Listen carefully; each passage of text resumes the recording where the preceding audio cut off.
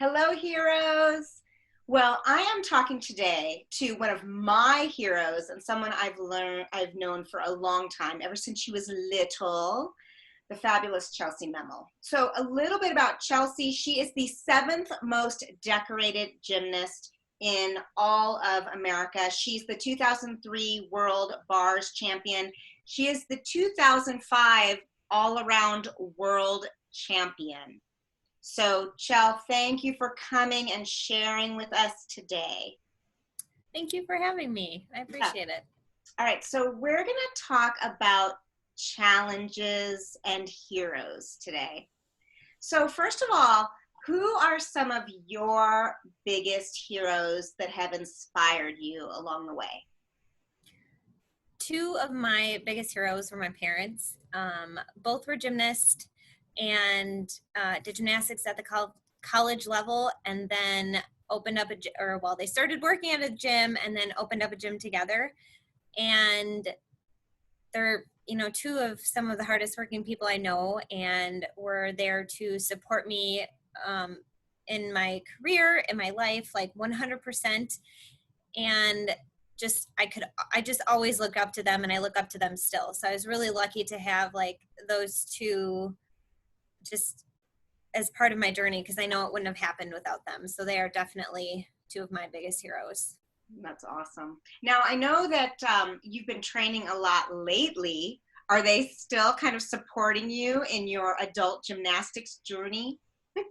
They are. It's been a lot of fun.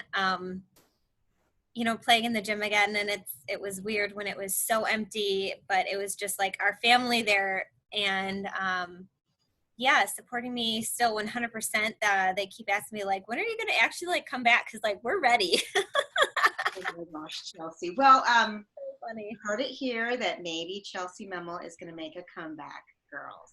But you're even learning new skills. I mean, you're Yeah, learning like double doubles, and I mean, you're learning new skills. So that's so awesome. it is. It's fun. It's challenging myself in a new way and trying things that I didn't always make sense in my training back then, or we didn't have time to be like, okay, this is going to take too long to learn and get in the routine. Or like I said, it just didn't make sense with the routine structure. And now I kind of have that freedom to, to play around or play with like super crazy and unique combinations that probably aren't realistic, but I get to try them anyway. Oh, that's good. All right. So we are talking a lot about overcoming adversity. And what would you say are some of the biggest adversities that you had to deal with in your career? In my career, it would be injuries. I've had a lot of injuries in general, but then a lot of very just untimely injuries. For example, in 2004, it was my first time I was going to be able to try out for the Olympic team. And I broke a bone in my foot in April of that year. And it was just at first when I, got hurt, I was like, oh, I'm not going to make the team I was trying out for because it's just an international assignment. But then I'm like, oh, no, this is a bigger deal. This could really, hurt my chances at making the Olympic team, because I don't know if I have enough time to let it heal and come back and be ready for trials. Um, I was able to get back enough to make alternate, but that, it wasn't enough for me. So dealing with that, like I said, just the timing of the injury, it wasn't a super devastating injury, but it was just really bad timing. Another one was my shoulder, hurting my shoulder in the middle of World Championships in 2006. That injury specifically tested my, mental strength, and just tested me the most with the rehab process, because it was almost a year long. I Wow. had the surgery for that in November of 2006. Um, Competed one event. I competed floor at championships in 2007, but I wasn't nearly like as in shape as I should have been or ready as I should have been. But we just wanted to be able to compete like one event, just to do one event in a competition. And then I didn't compete all around again, still not at full strength, a whole year later, November of 2007. So that was the injury. Like I said, it took the most for me to come back from. It was the hardest, and it was, I wasn't always in the best place mentally because it was just so frustrating not being able to do everything. Yeah. What tools did you use, do you feel like, to help you deal with all of that adversity? I mean, definitely through your injuries, and what tools do you feel like were the most important to you to help you push through? So for me, a lot of it was ultimately remembering why I do gymnastics, because I loved it, Hmm. and what my goals were. What did I still want to accomplish?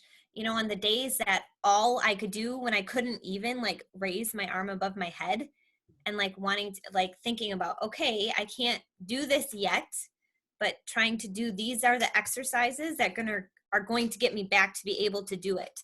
So it was just focusing on what I still wanted to accomplish, the goals that I still had, Hmm. and trying to be like, okay, if I can't do a handstand today, I'm going to do as much as I can to be strong enough to do it. Hmm. We talk a lot in our camps about the why, and how the why kind of fuels your heart. And it sounds like that was really what got you through so much, like still believing you had like unfinished business and just allowing that to push you through. Yeah, absolutely. It was that goal and the drive of wanting to make an Olympic team again. Hmm. Um, what advice, like if you were to give one piece of advice to athletes right now, they're dealing with so much adversity, and I know that you're coaching now too. I mean, what is the biggest advice that you're giving now, working with your athletes and thinking about just all the athletes all over the country and the world?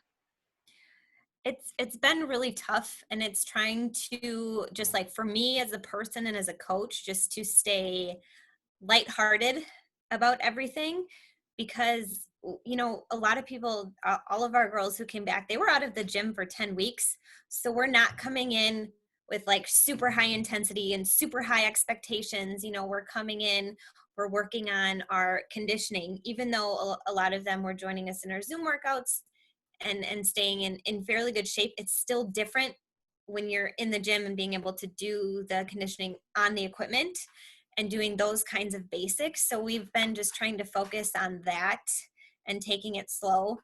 And everybody is in a little bit different, but also the same boat, because season has been pushed back for some people, or it's going to be that. So there's no competitions right now that anybody needs to like scramble and get ready for. So we're trying to just be a little bit more lighthearted about everything, because it's been such a long time since we've done gymnastics. But then also, thinking about your goals. Okay, everything is a little bit harder. You're coming back, you're a little bit more sore. But ultimately, what do we want to get out of gymnastics? Hmm.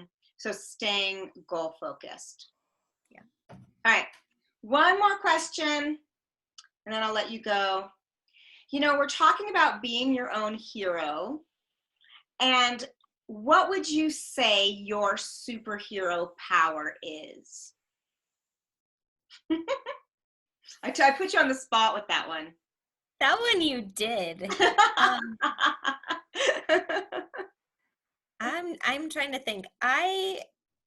For me, I'm genuinely a pretty positive person, and I have a good outlook on things.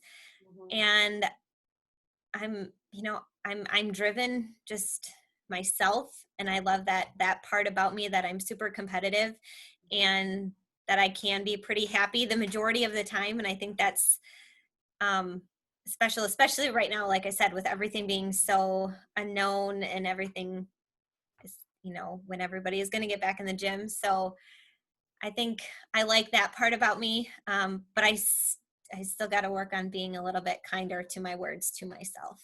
Mm, got it. All right. Chellsie, thank you for sharing your hero secrets with us. And I want to tell you, all you guys too, that you need to look at Chelsie's YouTube page, because you will see Chellsie after two kids, Chellsie. Yeah. After two kids, she is doing some amazing gymnastics. All right. Thanks, girl. Mwah. Thank you.